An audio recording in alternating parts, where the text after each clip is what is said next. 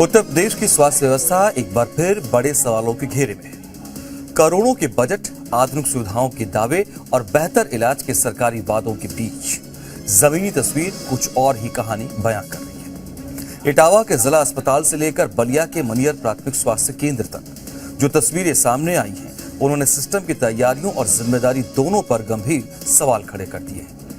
कहीं बिजली जाते ही पूरा अस्पताल अंधेरे में डूब जाता है, तो कहीं मरीजों का इलाज मोबाइल टॉर्च की रोशनी में किया जा रहा है। और सबसे चिंताजनक बात यह, जिन अस्पतालों में इन्वर्टर, जनरेटर और इमरजेंसी बैकअप जैसी सुविधाएं मौजूद होने का दावा किया जाता है, वहां संकट की घड़ी में मरीज और उनके परिजन खुद को पूरी तरह असहाय महसूस कर रहे हैं। भीषण गर्मी में वार्डों में भर्ती मरीज तड़पते रहे, परिजन हाथ से पंखा झेलते नजर आए, डॉक्टरों और स्टाफ को मोबाइल की फ्लैशलाइट के सहारे काम करना पड़ा। ऐसे में सवाल उठता है, आखिर स्वास्थ्य सेवाओं में बुनियादी इंतजाम भरोसेमंद क्यों नहीं है? आज हम इन दोनों मामलों की पड़ताल करने जा रहे हैं।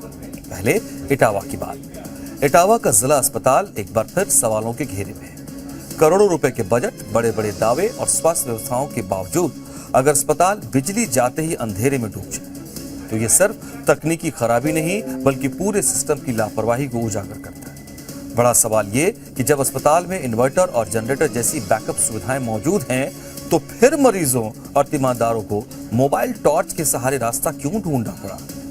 वार्ड में भर्ती मरीज भीषण गर्मी में तड़पते रहे और उनके परिजन हाथ से पंखा झलते नजर आए। ये तस्वीर सरकारी स्वास्थ्य व्यवस्था की हकीकत बयां करती है।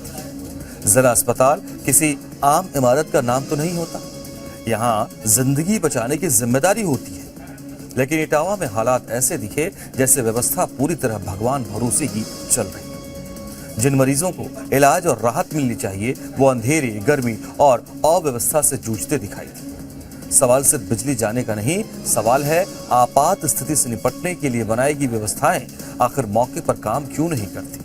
क्या करोड़ों का बजट सिर्फ कागजों तक ही सीमित है? अब बात बलिया के मनियर प्राथमिक स्वास्थ्य केंद्र की भी करते हैं, जहां से मोबाइल टॉर्च की रोशनी में एक मरीज का इलाज करने का वीडियो वायरल हो रहा है। सोचिए, जिस अस्पताल में लोगों की जिंदगी बचाने की जिम्मेदारी हो, वहां मरीजों का इलाज मोबाइल टॉर्च की रोशनी में किया जा रहा है। यह सिर्फ अव्यवस्था तो नहीं है, उस लापरवाही का प्रमाण है जिसमें स्वास्थ्य सेवाओं के बड़े बड़े दावे जमीनी हकीकत के सामने दम तोड़ देते हैं। सबसे बड़ा सवाल यह है, अगर जनरेटर मौजूद यहां भी था, टेक्निकल फॉल्ट की स्थिति में वैकल्पिक व्यवस्था क्यों नहीं थी? क्या एक प्राथमिक स्वास्थ्य केंद्र इतनी भी तैयारी कर पाने में सक्षम नहीं है कि बिजली जाए तो मरीजों को कोई प्रभाव ना पड़े, उसको कैसे संभाला जाए? सीएमओ ने बेशक जांच कमेटी बनाने की बात कही है, लेकिन जनता अब सिर्फ जांच नहीं, जवाबदेही चाहती है। क्योंकि हर बार घटना के बाद जांच और कार्रवाई का आश्वासन ही दिया जाता है, लेकिन जमीनी हालात नहीं बदल रहे।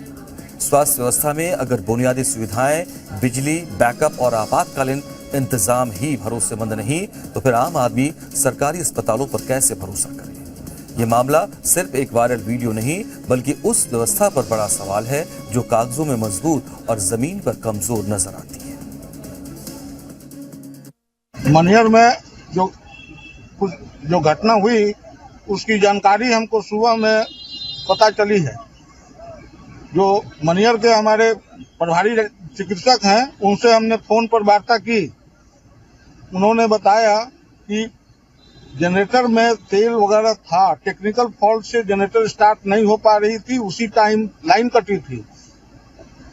कोई और व्यवस्था हो, उसी समय वो मरीज आ गए, तो थोड़ी सी उनके हिसाब से ये टेक्निकल इशू के कारण ये क्षणिक प्रॉब्लम आई। उस समस्या सिर्फ बिजली जाने की नहीं है, समस्या उस व्यवस्था की है जो हर बार दावा तो बड़ी बड़ी सुविधाओं का करती है, लेकिन संकट की घड़ी में मरीजों को अंधेरे और बद इंतजामी के भरोसे छोड़ देती है। सबसे चिंताजनक बात ये कि जिम्मेदार अधिकारी और स्वास्थ्य विभाग के अफसर ऐसी घटनाओं पर जवाबदेही तय करने के बजाय चुप्पी साध लेते हैं। जनता टैक्स देती है ताकि अस्पतालों में बेहतर सुविधाएं मिल सके, लेकिन बदले में मरीजों को अंधेरा, गर्मी और लापरवाही मिल रही है।